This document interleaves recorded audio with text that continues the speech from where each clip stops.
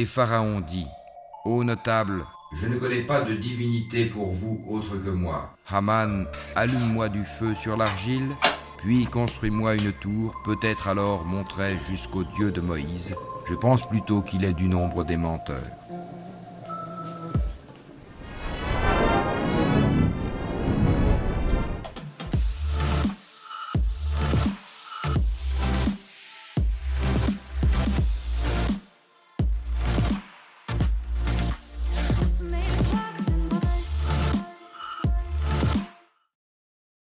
Valeur de la prière.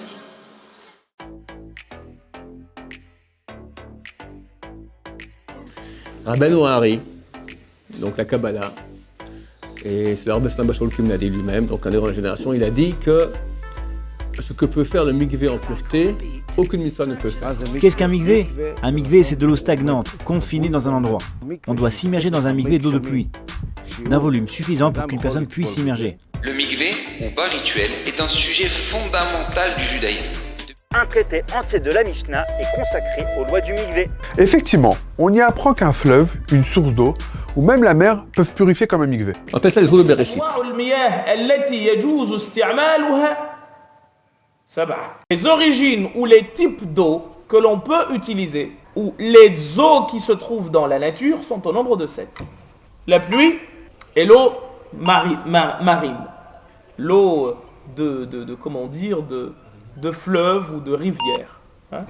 Le puits, l'eau de puits, l'eau de source.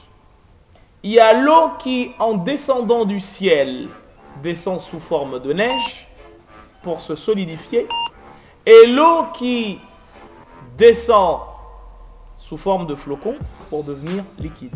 Les règles traditionnelles concernant la construction d'un mikvé sont basées sur celles spécifiées dans la littérature rabbinique classique.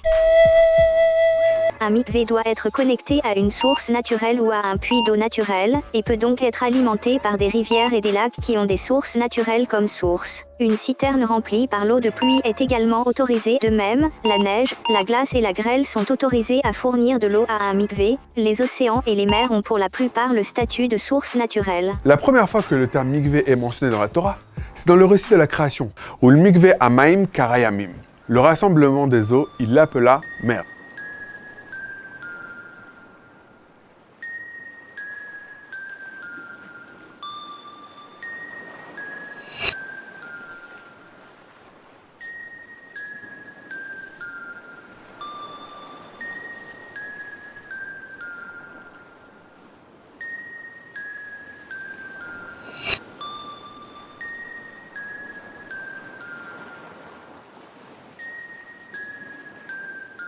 Ceux qui ont été chargés de la Torah, mais qui ne l'ont pas appliquée, sont pareils à l'âne qui porte des livres.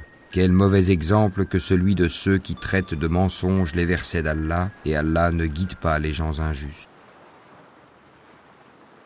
Non, on va rentrer dans la purification.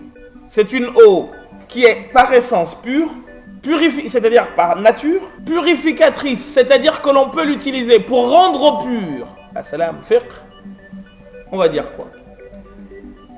Toi, tu es pur, mais ta pureté est contagieuse.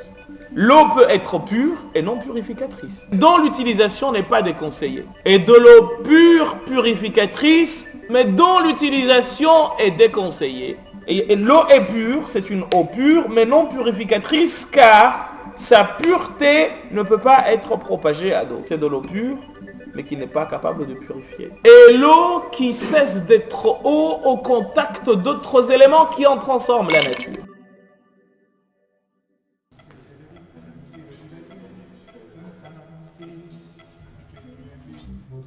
Ô les croyants, lorsque vous vous levez pour la salade,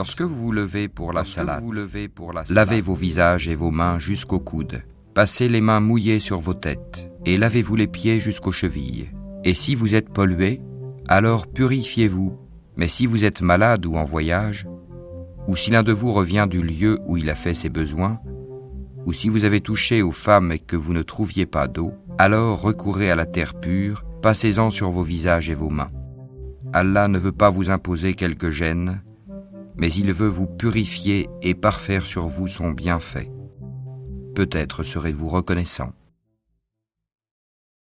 Il y a deux types de souillures. Nous avons donc ce qu'on appelle les petites souillures, qui, elles, se lèvent par al-wudu. L'état d'impureté mineure, on perd les ablutions par l'une de ces choses, le fait de lâcher des gaz, ou bien le fait d'avoir fait ses besoins naturels, et aussi par le sommeil profond, par la perte de conscience, l'évanouissement, l'ivresse, ou aussi même par l'effet des médicaments, le fait de saigner ou le fait de vomir.